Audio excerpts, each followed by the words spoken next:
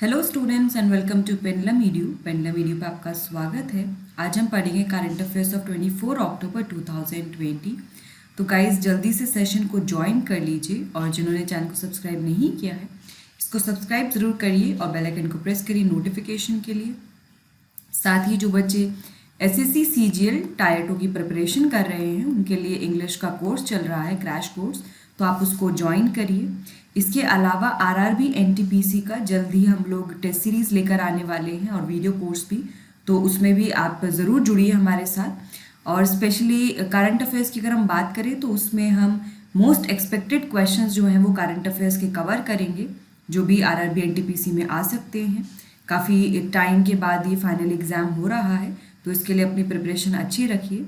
और साथ ही जिन लोग का यूपीएससी प्रीलिम्स क्लियर हो गया है उनको हार्दिक शुभकामनाएं और वो अपना मेंस की अच्छे से तैयारी करें। और जो बच्चे यूपी पीसीएस की प्रिपरेशन कर रहे हैं उनके लिए UP PCS mains 2020 test series available है। आप वेबसाइट पर जाकर उसको परचेज कर सकते हैं। इस टेस्ट सीरीज़ में आपके लिए जनरल हिंदी का पेपर है, जीएस के चारों पेपर हैं एंड उसके अलावा ऐसे पेपर भी अवेलेबल है। ठीक है, तो आपको बहुत बेनिफिट होगा मेंस की तैयारी जो लोग कर रहे हैं। चलिए हम लोग शुरुआत करते हैं सेशन की। पहले हम लास्ट डे का जो भी करंट अफेयर्स हमने पढ़ा था उसका एक क्विक रिविजन कर लेते हैं, फिर आगे बढ़ते हैं। First is HCNG dispensing centre for buses was inaugurated in New Delhi. और ये HCNG क्या है, कई बार फुल फॉर्म भी पूछ लेते हैं। तो this is hydrogen enriched compressed natural gas. ठीक है, इसमें हाइड्रोजन का इस्तेमाल किया जाएगा। एंड हाइड्रोजन को इस्तेमाल करने का फ़ायदा क्या है, HCNG जो होगा वो, क्योंकि अभी तो नॉर्मली CNG यूज़ करते हैं, लेकिन अगर वो हाइड्रोजन एनरिच्ड होगा तो वो एक क्लीनेस्ट फ्यूल की तरह इस्तेमाल किया जा सकता है, क्योंकि हाइड्रोजन खुद में एक क्लीन फ्यूल है और ये काफ़ी अबंडेंटली मिलता है। उसके अलावा इसका जो एनर्जी कंटेंट है वो बहुत ज़्यादा हाई है।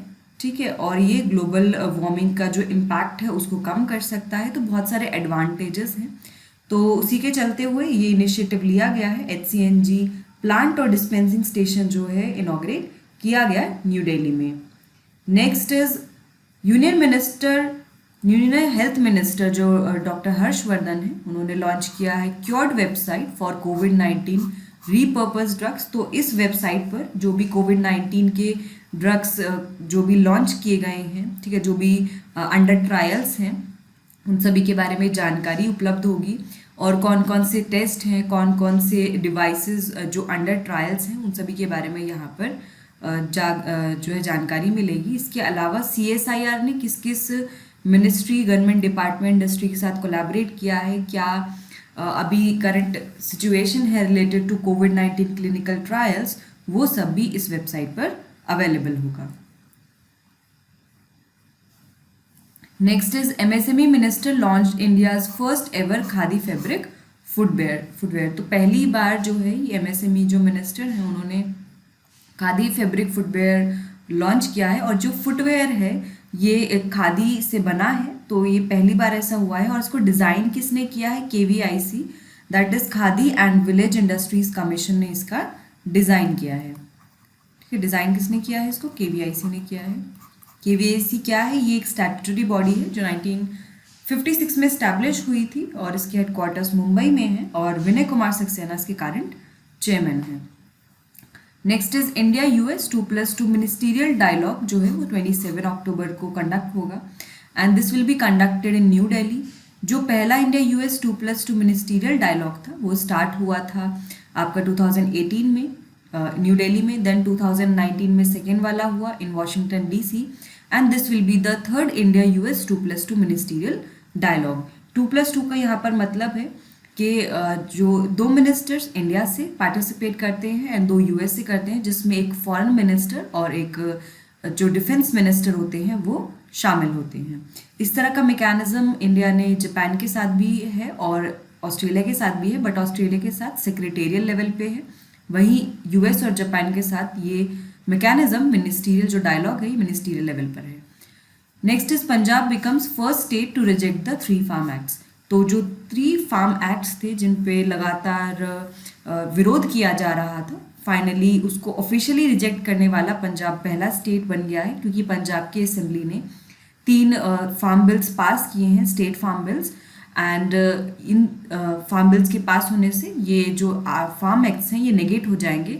लेकिन इस तरह का जो प्रावधान है ये जो है आर्टिकल 254(2) में दिया हुआ है कि कोई भी स्टेट है वो कॉन्करेंट लिस्ट के सब्जेक्ट पे लॉ बना सकती है, बेशक उस पर ऑलरेडी कोई सेंट्रल लॉ प्रेजेंट हो। लेकिन यहाँ पे इम्पॉर्टेंट ये है कि जब तक प्रेसिडेंट यहाँ पर साइन नहीं करेंगे जो स्टेट बिल है वो एक्ट नहीं बनेगा और वो सेंट्रल के लॉ को नेगेट नहीं कर सकता है। ठीक है, तो this thing is important. Indigenously built stealth corvette INS Kavaratti commission into Indian navy. तो भारतीय नेवी में जो हमारी भारतीय नौसेना है इसमें INS कवरत्ती को कमीशन कर लिया गया है और ये प्रोजेक्ट 28 जो था जिसमें 4 स्टेल्थ कॉर्वेट बिल्ट किए जाने थे इंडिजिनसली, तो उसमें लास्ट था ये INS कवरत्ती। इसके पहले INS कमोरता, INS कदमात और INS किल्तन, ये तीनों ही कमीशन किए जा चुके हैं। INS was the last one, INS Kavaratti was the last one. Next is union cabinet approve various MOUs। तो काफ़ी जो मेमोरेंडम ऑफ अंडरस्टैंडिंग है वो कैबिनेट के द्वारा अप्रूव किए गए, जिसमें एक था ICAI जो institute of chartered accountants of India है, और certified practicing accountants Papua New Guinea, इन दोनों के बीच में एक MOU साइन हुआ था। इसके अलावा Indian Space Research Organisation ISRO और नाइजीरिया की जो स्पेस एजेंसी है उनके बीच में भी एक MOU साइन हुआ था जिसको कैबिनेट ने अप्रूव किया। This MOU was in the field of corporation for exploration and uses of outer space for peaceful purposes. तो जो भी आउटर स्पेस है वहाँ पर एक्सप्लोर करना है लेकिन उसको पीसफुल पर्पसेस के लिए इस्तेमाल करना है।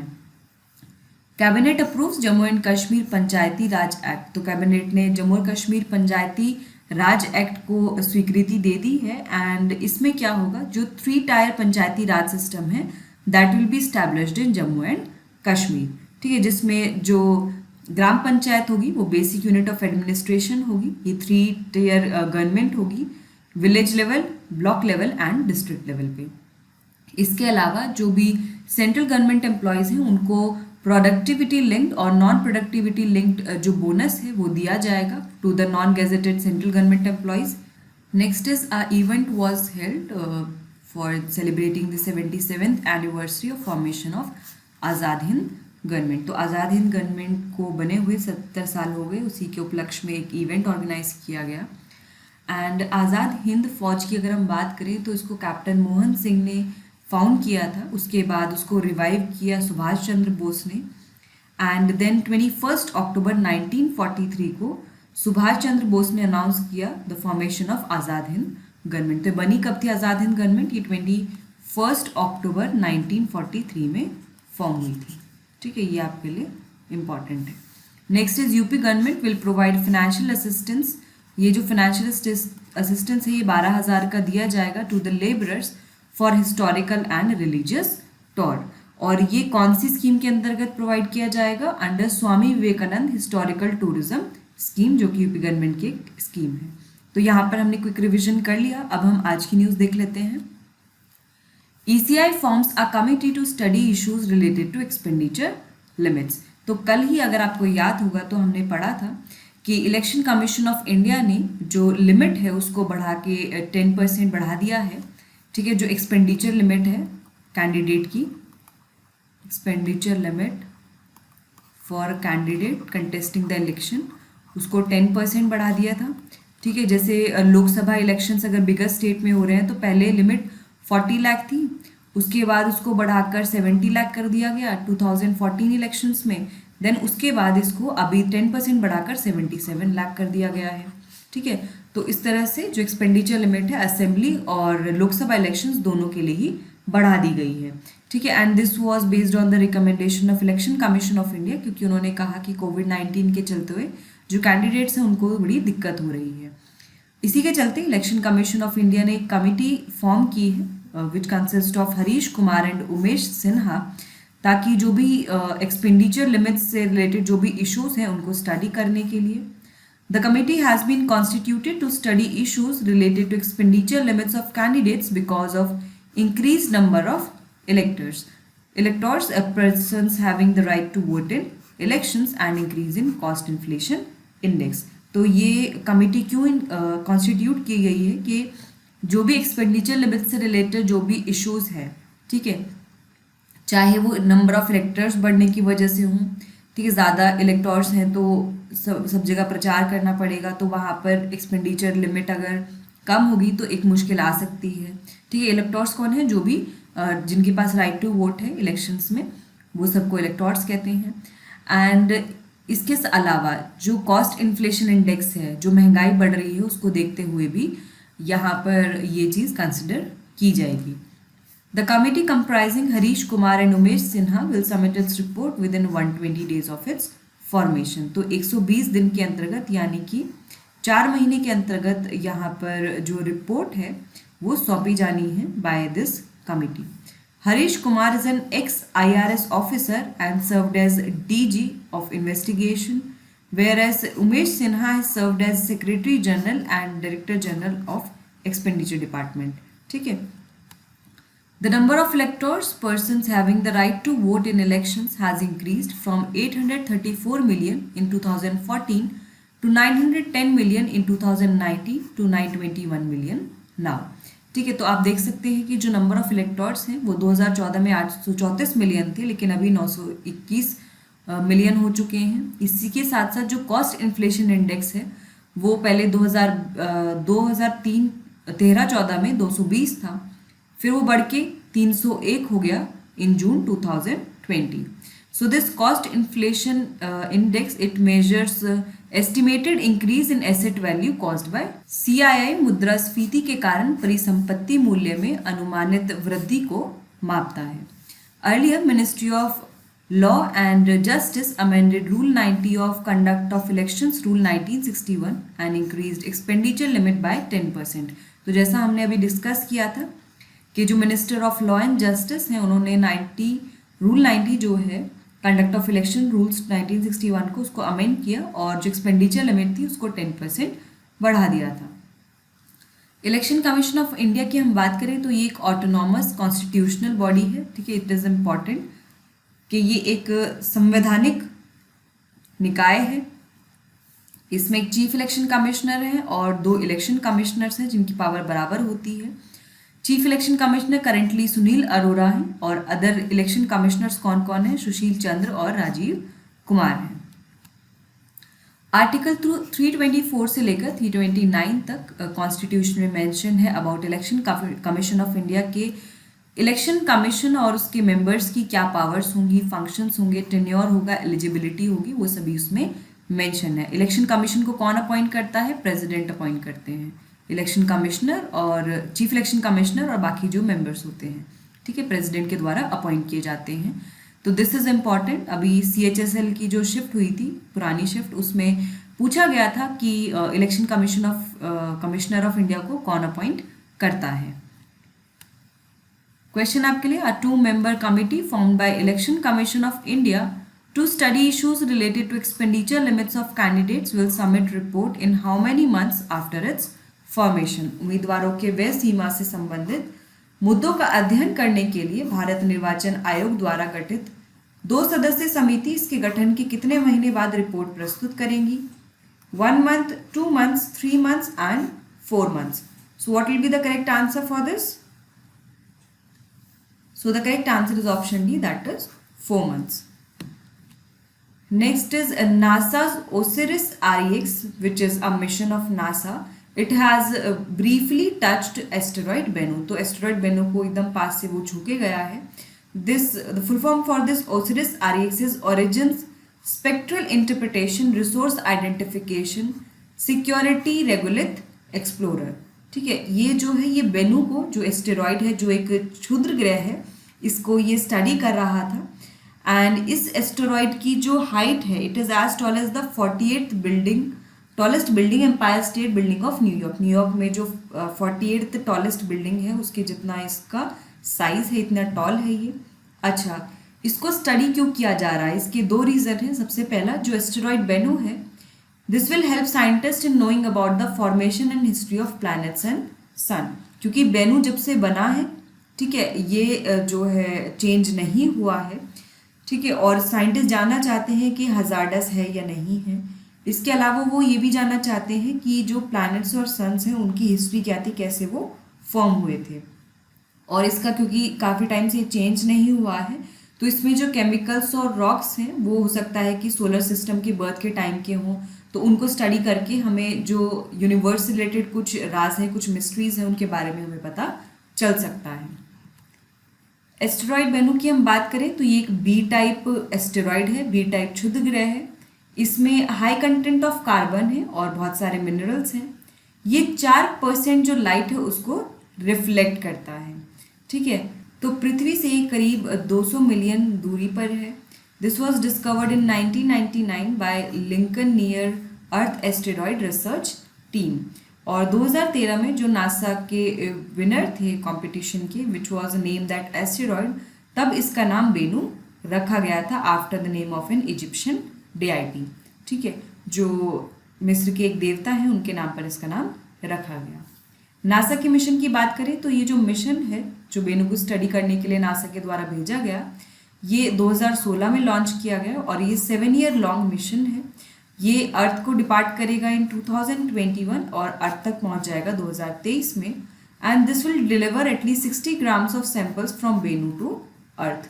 तो बेनू से जो पृथ्वी पे ये कम से कम 60 ग्राम जो है सैंपल भेजेगा। It's space craft has robotic arm called touch and go sample acquisition mechanism. तो इस स्पेस क्राफ्ट पे जो ये नासा का मिशन है, इस पे एक रोबोटिक आर्म लगा है which is touch and go sample acquisition mechanism, जिससे वो सैंपल को इकट्ठा करेगा।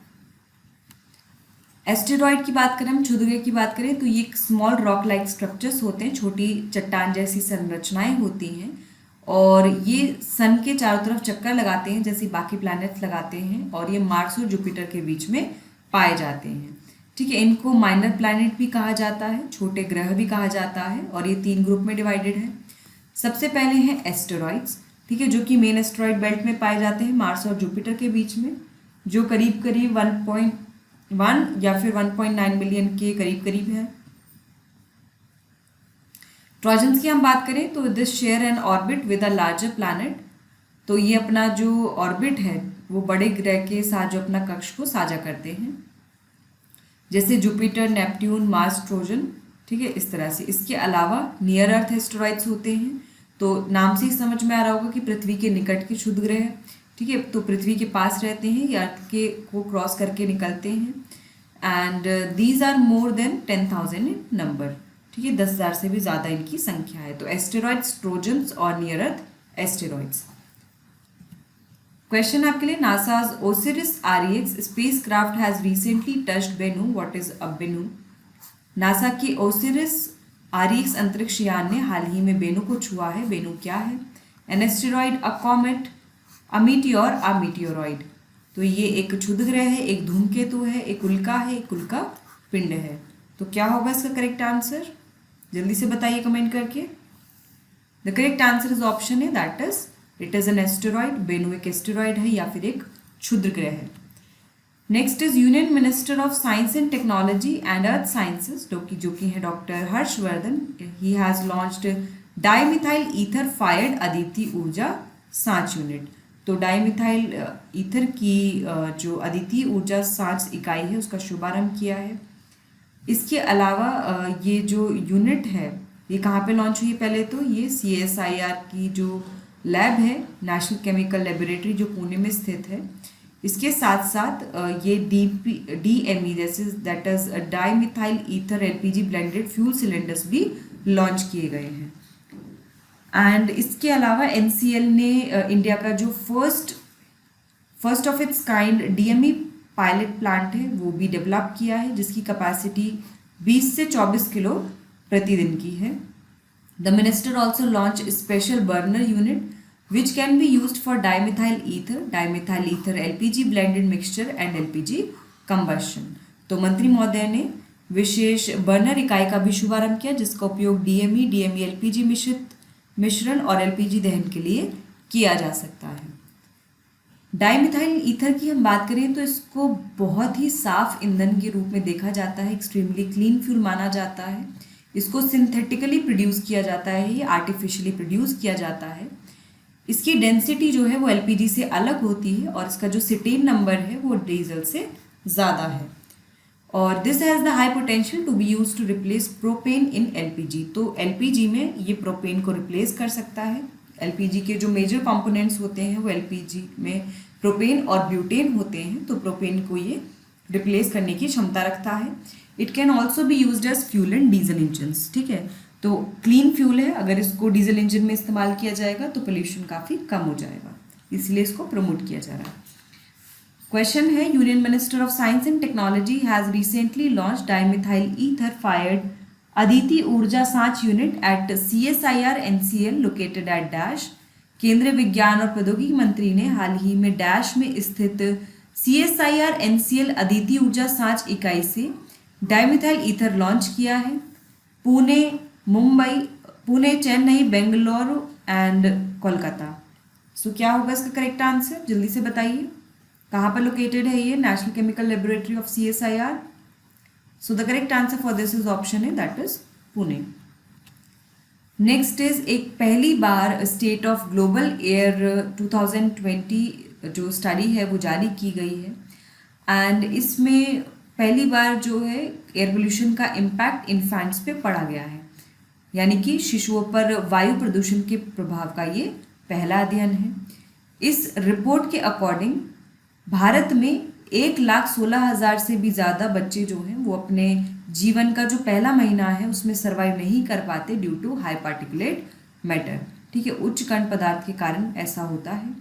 और जितनी भी भारत में इन्फेंट डेथ हुई हैं पार्टिकुलेट मैटर की वजह से, उसमें कम से कम 50% से ज़्यादा आउटडोर PM 2.5 के कारण हुई है और बाकी सॉलिड फ्यूल्स को जलाने की वजह से हुई है जो कि कुकिंग में इस्तेमाल होते हैं, जैसे would, charcoal, animal Dang etcetera.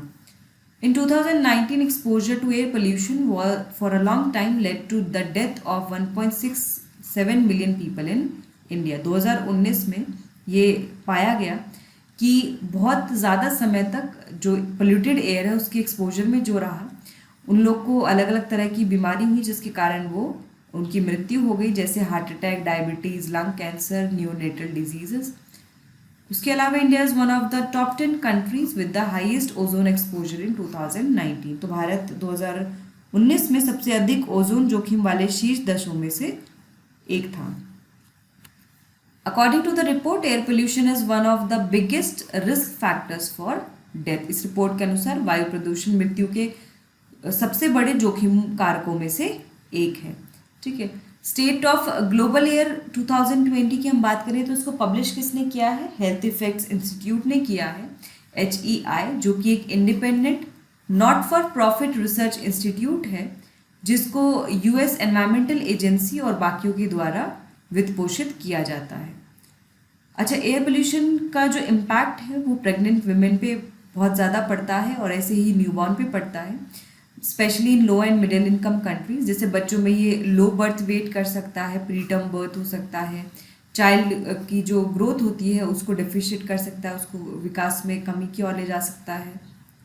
And कोविड-19 और एयर पोल्यूशन का डायरेक्ट रिलेशन तो नहीं है, बट क्योंकि कोविड-19 से हार्ट और लंग के बड़ी समस्या है, तो अगर कोई इंसान एक्सपोज्ड है to air pollution, high levels of air pollution, तो इसकी वजह से जो कोविड-19 का इम्पैक्ट है वो बहुत ज़्यादा बढ़ सकता है ड्यूरिंग द विंटर्स।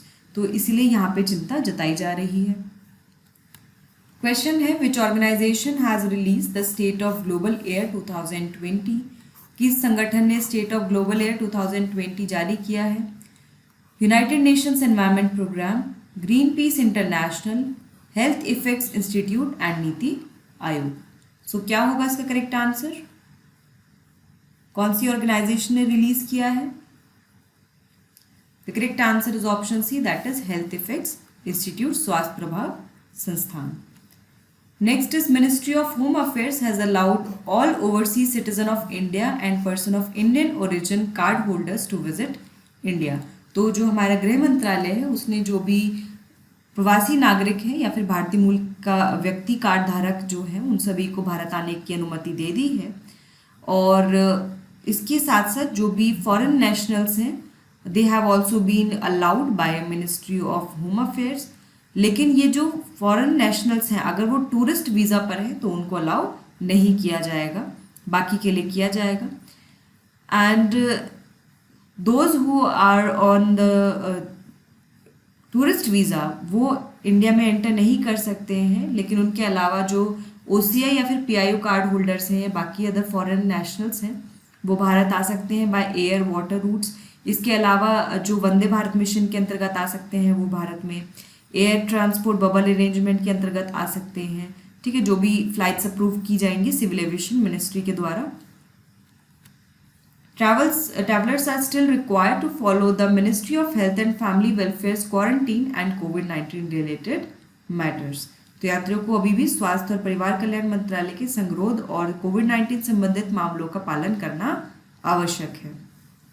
गवर्नमेंट ने जो वीज़ा रिस्ट्रिक्शंस हैं उनको भी रिलैक्स कर दिया है और जो भी एग्जिस्टिंग वीज़ाज हैं उनको रीस्टोर कर दिया है, लेकिन इसमें जो इलेक्ट्रॉनिक वीज़ा है, टूरिस्ट वीज़ा है और जो मेडिकल वीज़ा है उनको रिस्टोर नहीं किया गया है, ठीक है, बाकियों को रिस्टोर कर दिया है। ओसीआई की हम बात करें तो ये एक पर्सन है जो रजिस्टर्ड है under the citizenship act of 1955 and person of Indian origin वो पर्सन है जिनके एंसेस्टर भारत में थे और अभी वो खुद जो है वो किसी फॉरेन पासपोर्ट को होल्ड करते हैं या फिर सिटीजनशिप है उनकी या फिर उनके पास किसी और देश की नेशनैलिटी है, ठीक है।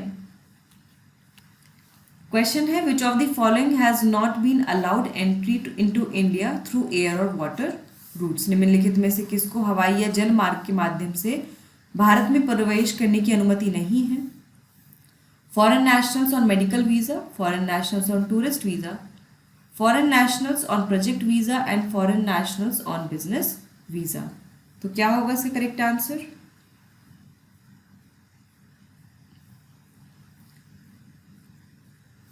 The correct answer will be option B, that is foreign nationals on tourist visa. Next is Mandi district of Himachal Pradesh. Himachal Pradesh की जो मंडी डिस्ट्रिक्ट है, मंडी जिला है, उसने टॉप किया है in the list of 30 district successfully implementing प्रधानमंत्री ग्राम सड़क योजना। तो ग्राम सड़क योजना के अंतर्गत जो 30 डिस्ट्रिक्ट्स की लिस्ट है उसमें मंडी डिस्ट्रिक्ट ने टॉप किया है और इस लिस्ट को जो union minister for rural development है नरेंद्र सिंह तोमर, जो कि यूनियन मिनिस्टर ऑफ एग्रीकल्चर भी हैं, उन्होंने ये लिस्ट को अनाउंस किया। And Mandi has constructed the maximum length of roads under Pradhan Mantri Gram Sadak Yojana in the financial year 2020-21। Himachal Pradesh की अगर हम बात करें तो ये इसकी सेकेंड रैंक है at the national level for construction of roads under Pradhan Mantri Gramin सड़क योजना। इसके अलावा मंडी के साथ साथ बाकी 6 डिस्ट्रिक्ट्स और हैं हिमाचल प्रदेश के जो टॉप 30 लिस्ट में हैं, जिसमें चंबा, शिमला, कांगड़ा, ऊना, सिरमौर, हमीरपुर और सोलन शामिल हैं। प्रधानमंत्री ग्राम सड़क योजना की हम बात करें तो ये लॉन्च हुई थी 2000 में एंड इसका एम यही है कि जितने भी रूरल रीजन्स हैं, रूरल पार्ट्स इंडिया के, जहाँ पर अभी तक कनेक्टिविटी नहीं है तो वहाँ पे ऑल वेदर कनेक्टिविटी प्रोवाइड करना। ये एक सेंट्रली स्पॉन्सर्ड स्कीम है। तो जैसे मैंने पहले बताया हुआ आपको, सेंट्रली स्पॉन्सर्ड स्कीम वो स्कीम है जिसको स्टेट और जो सेंट्रल गवर्नमेंट है दोनों ही मिलकर इसको वित्त पोषित करते हैं, ठीक है, एक पर्टिकुलर रेशियो में। एंड इसको इम्प्लीमेंट कौन कर रहा है? मिनिस्ट्री ऑफ रूरल डेवलपमेंट इस योजना को इम्प्लीमेंट कर रही है। क्वेश्चन है आपके लिए, which district of Himachal Pradesh has top the list of 30 district successfully implementing प्रधानमंत्री ग्राम सड़क योजना। प्रधानमंत्री ग्राम सड़क योजना को सफलतापूर्वक लागू करने में हिमाचल प्रदेश के किस जिले ने 30 जिलों की सूची में सबसे ऊपर है? चंबा, शिमला, मंडी एंड कांगड़ा। तो क्या होगा इसका करेक्ट आंसर? जल्दी से बताइए। The correct answer will be option C, that is Mandi. Next is Labour Minister Santosh Gangwar has released a new series of consumer price index for industrial workers with 2016 as the base year। देखिए यहाँ पे आपके लिए एक बहुत important है, जो भी बैंकिंग की तैयारी कर रहे हैं या फिर किसी और एग्जाम की तैयारी कर रहे हैं, यहाँ पे CPI-W का जो बेस ईयर है वो चेंज कर दिया गया है, उसको 2016 कर दिया गया है। एंड इसके साथ साथ उन्होंने इस नए बेस ईयर के साथ जो CPIW है फॉर द मंथ ऑफ सितंबर उसको रिलीज किया जो 118 था. First CPIW with the base year 2016 for September is based on data from 88 centers और इससे पहले का जो डेटा था वो 78 सेंटर्स से कलेक्टेड था. For calculating CPIW for September month जो सैम्पल साइज है वो बड़ा है, ठीक है, और उसमें मार्केट्स भी बढ़ा दिए गए हैं. For collecting retail price data, ठीक है, ये इसको बढ़ा दिया गया है सैम्पल साइज को. इससे पहले जो बेस ईयर था वो 2001 था और अभी इसको बढ़ा के 2001 से 2016 कर दिया गया है. तो ये आपके लिए इम्पॉर्टेंट है कि पहले बेस ईयर 2001 था CPIIW के लिए, अभी ये 2016 है. CPIIW is used to measure dearness allowance to workers in public sector undertakings, banks and insurance companies and government employees. तो CPIIW का जो उपयोग है वो सार्वजनिक क्षेत्र के उपक्रमों, बैंकों और बीमा कंपनियों, सरकारी कर्मचारियों में श्रमिकों को महंगाई भत्ता को मापने के लिए किया जाता है. This new series of CPI for agriculture workers में ऑल्सो बी रिलीज्ड बाय अगस्त. तो अगस्त तक जो है नया सीरीज जो है CPI एग्रीकल्चर वर्कर्स के लिए वो भी रिलीज कर दिया गया जाएगा. उसको रिवाइज किया जाएगा बेस ईयर, नए बेस ईयर के साथ. अभी जो बेस ईयर है currently CPI for agriculture workers वो 1986 to 87 है, ठीक है, इसको रिवाइज करने की ज़रूरत है. CPIIW की बात करें हम तो ये 1946 में स्टार्ट हुआ था और सबसे ओल्डेस्ट CPI अवेलेबल है इंडिया में. इसको कंपाइल किया जाता है by labour bureau on a monthly basis. Labour bureau क्या है? ये एक अटैच्ड ऑफिसर है ministry of labour and employment के अंतर्गत. क्वेश्चन है आपके लिए, what is the base year for new series of consumer price index for industrial workers released recently by labour minister. हाल ही में श्रम मंत्री द्वारा जारी औद्योगिक श्रमिकों के लिए उपभोक्ता मूल्य सूचकांक की नई श्रृंखला के लिए आधार वर्ष क्या है? 2016, 2017, 2018 एंड 2019. सो क्या होगा इसका करेक्ट आंसर? जल्दी से कमेंट करके बताइए. Guys keep commenting the correct answer, like the video, share it. And also if you have any doubt mention that in comment box. इसका करेक्ट आंसर होगा option A, that is 2016. Next is 3 members of European parliament जिसमें शामिल थे राइजार्ड सार्निका, Fulvio मार्तुस्किलो and गियाना Garcia. इन तीनों ने European parliament में advice किया है फ्रांस और EU को दैट इज यूरोपियन यूनियन को to impose sanctions on Pakistan. They wrote a letter to the French government and EU. In this letter, they talked about the incident of genocide by Pakistani military in Bangladesh. Members ने ये भी कहा कि पाकिस्तान को financial action task force ने money laundering और terror financing की जो ग्रे लिस्ट है उसमें रखा है अभी भी, तो इसीलिए यहाँ पर एक्शन लिया जाना चाहिए. Pakistan backed militia invaded Jammu and Kashmir 73 years ago on 22nd October 1947. And Kashmir youth named Maqbool Sherwani, he is remembered because he was martyred during this invasion. European Parliament की हम बात करें तो एक legislative body है European Union की. And इसके अलावा along with this the Council of European Union it approves laws proposed by the European Commission. ठीक है, तो जो भी यूरोपियन कमीशन के द्वारा जो भी प्रपोज लॉ होते हैं उनको अप्रूव कौन करता है? यूरोपियन पार्लियामेंट करती है. Next is question for you. Members of which of the following bodies of EU have advised France and EU to impose sanctions on Pakistan? यूरोपीय संघ के निम्नलिखित में से किस निकाय के सदस्यों ने फ्रांस और यूरोपीय संघ को पाकिस्तान पर प्रतिबंध लगाने की सलाह दी है? Council of the European union, European parliament, European commission and European council. So क्या होगा इसका correct answer? The correct answer will be option B, that is European parliament. Next is Netherlands Cancer Institute scientists, they have discovered a new pair of salivary glands between the nasal cavity and throat. तो जो गुहा, नाक का गुहा होता है, तो गला है, उसके बीच में लार ग्रंथियों की एक नई जोड़ी को खोजा है और ये एक्सीडेंटली उनको मिला जब वो स्टडी कर रहे थे पेशेंट्स को with PET-CT scan to study prostate cancer. और ये जो नया पेयर है इसको नाम दिया जा रहा है ट्यूबेरियल ग्लैंड्स, क्योंकि ये टोरस ट्यूबेरियस के आसपास लिपटा हुआ मिला था. एंड ये इसकी जो लेंथ है ये करीब करीब 1.5 इंच है. और अभी तक हमें सिर्फ सलेवरी ग्लैंड्स के 3 पेयर के बारे में जानकारी थी, जैसे पैरोटिड, सब मैंडिबुलर और सबलिंगुअल, और अब ये चौथा भी जो है आइडेंटिफाई किया गया है। The discovery of this pair of glands could explain and avoid radiation-induced side effects such as trouble during eating, swallowing and speaking. तो इनके बारे में यहाँ पे जानकारी मिल सकेगी कि जो भी ट्रबल्स हैं, जो कि साइड इफ़ेक्ट्स होते हैं, रेडिएशन इंड्यूस्ड साइड इफ़ेक्ट्स, तो वो क्यों होते हैं उनके बारे में और कैसे उनको अवॉइड किया जा सकता है, और ये कैंसर ट्रीटमेंट में भी मदद करेगा। लेकिन ये जो क्लासिफिकेशन है ये भी डिबेट है, क्योंकि समझ नहीं आ रहा है कि ये कोई माइनर ग्लैंड को मिला के बना हुआ है, कोई मेजर ग्लैंड है, कोई अलग से ऑर्गन है, या फिर कोई पार्ट ऑफ नया कोई पार्ट है और किसी ऑर्गन सिस्टम का, ये कहना अभी थोड़ा मुश्किल है। सलाइवरी ग्लैंड्स की हम बात करें तो it produces saliva which is a substance that moistens and soften food into vertebrates oral cavity, और इसके साथ साथ ये कार्बोहाइड्रेट्स को ब्रेक डाउन करने में हेल्प करता है, और जो खाना ताकि आराम से नीचे चला जाए उसको उसके लिए जो है लिब्रिकेशन की तरह काम करता है। ठीक है, क्वेश्चन देख लेते हैं हम लोग। विच of the following substance is produced by the salivary gland, निम्नलिखित में से कौन सा पदार्थ लार ग्रंथि द्वारा निर्मित होता है। ठीक है, pepsin, trypsin, saliva and thrombin. So क्या होगा इसका correct answer? Very easy question. The correct answer will be option C, that is saliva, लार।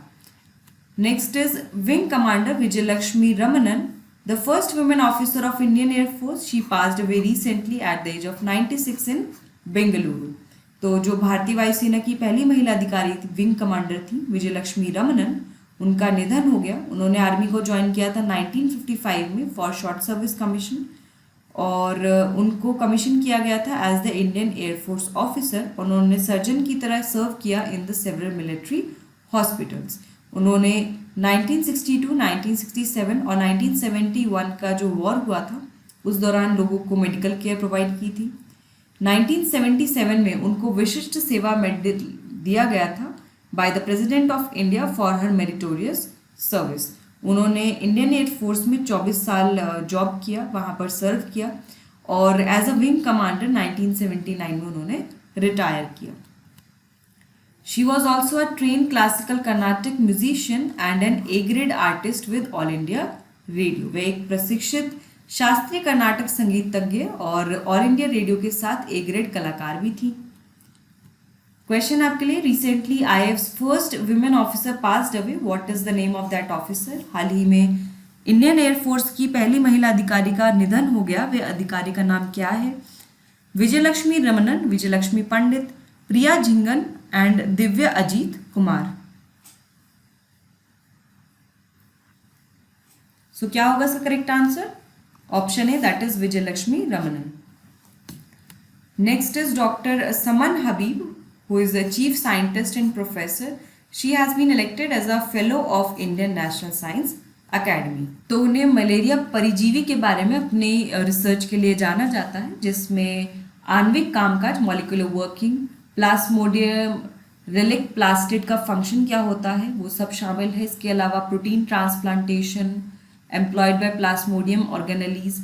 तो जो भी पैरासाइट, मलेरिया पैरासाइट से रिलेटेड जो भी रिसर्च वर्क है उसके लिए उन्हें जाना जाता है। इंडियन नेशनल साइंस अकेडमी की हम बात करें तो ये 1935 में स्टैब्लिश हुआ था। ये एक नेशनल अकेडमी है for Indian scientist in all branches of science and technology. Main objective है अकेडमी का to promote, nurture and safeguard the interest of science and scientist. इसका मुख्य उद्देश्य विज्ञान और वैज्ञानिकों के हितों को बढ़ावा देना, पोषण करना और उनकी सुरक्षा करना है। Chandrima Shah is the current president of Indian National Science Academy. Current president कौन है? चंद्रिमा शाह है। क्वेश्चन है, who among the following has been elected as a fellow of the Indian National Science Academy. निम्नलिखित में से किसे भारतीय राष्ट्रीय विज्ञान अकादमी के फेलो के रूप में चुना गया है।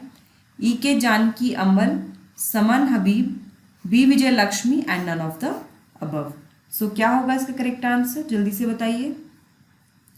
The correct answer will be option B, that is Saman Habib. Next is union minister of state for culture and tourism has virtually launched life in miniature project. यह परियोजना राष्ट्रीय संग्रहालय के कई सौ लघु चित्रों की विशेष कलाओं को प्रदर्शित करने के लिए मशीन लर्निंग और उच्च परिभाषा वाले रोबोट कैमरा जैसी तकनीकों का उपयोग करती है। ये जो प्रोजेक्ट है लाइफ इन अ मिनिएचर, इसको लॉन्च किया गया है in collaboration with national museum, ministry of culture and Google arts and culture के द्वारा। तो ऑनलाइन व्यूअर्स जो हैं वो गूगल आर्ट्स और कल्चर ऐप के द्वारा सारी मिनिएचर पेंटिंग्स को देख सकते हैं। The art work will be presented on 5 universal themes, जो भी यहाँ पे कलाकृति होगी उसको 5 थीम पे दिखाया जाएगा, which is human relationship with nature, love, celebration, faith and power.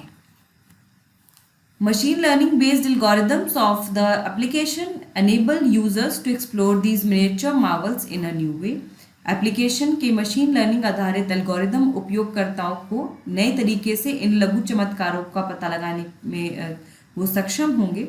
इसके साथ साथ वो मिनिएचर कलेक्शंस देख पाएंगे नेशनल म्यूजियम का, जैसे उसमें रामायणा, रॉयल सागा, पहाड़ी style of painting different way में कैसे बनी हुई है उनको देखने में हेल्प मिलेगी। The project reinforces the comprehensive collaboration between National Museum and Google Arts and Culture that began in 2011। तो जो collaboration था नेशनल म्यूजियम का और गूगल आर्ट्स एंड कल्चर का, वो फिर से और ज़्यादा मजबूत होगा जो सहयोग है। नेशनल म्यूजियम की हम बात करें, ये नई दिल्ली में लोकेटेड है और ये 15 अगस्त 1949 को इनॉग्रेट किया गया था। ये भारत के बड़े संग्रहालयों में से एक है, बड़े म्यूजियम्स में से एक है, क्योंकि इसमें बहुत सारी वैरायटी ऑफ आर्टिकल्स हैं, जिसमें प्री हिस्टोरिक एरा से लेकर जो आर्ट है वहाँ से लेकर अभी मॉडर्न वर्क है आर्ट की। एंड ये मिनिस्ट्री ऑफ कल्चर के अंतर्गत कार्य करता है और करंट पेंडेमिक टाइम में इसने बहुत सारे इनिशिएटिव्स जो है लिए हैं to engage visitors through the digital platform. Question है, life in miniature project has been launched in collaboration between national museum, the ministry of culture and dash. Life in miniature परियोजना राष्ट्रीय संग्रहालय, संस्कृति मंत्रालय और डैश के बीच सहयोग में शुरू की गई है। Archaeological survey of India, national school of drama, Indira Gandhi national centre for the arts and Google arts and culture. तो क्या होगा इसका correct answer? The correct answer will be option D, that is Google Arts and Culture, Google कला और संस्कृति।